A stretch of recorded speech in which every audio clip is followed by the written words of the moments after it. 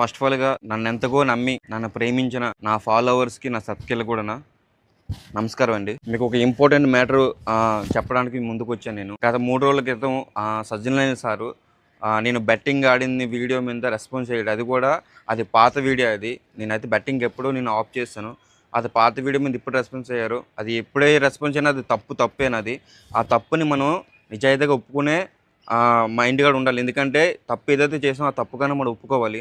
So నేను అది ఒప్పుకోవడానికి వచ్చాను. ముందుకి నేను చదువుకోలేని వాడిని, అంటే నాన్ ఎడ్యుకేషన్ పర్సన్. నేను చాలామంది చదువుకున్న ఇన్ఫ్లుయెన్సర్సే ఈ బెట్టింగ్ యాప్ని ప్రమోట్ చేయడం జరిగింది.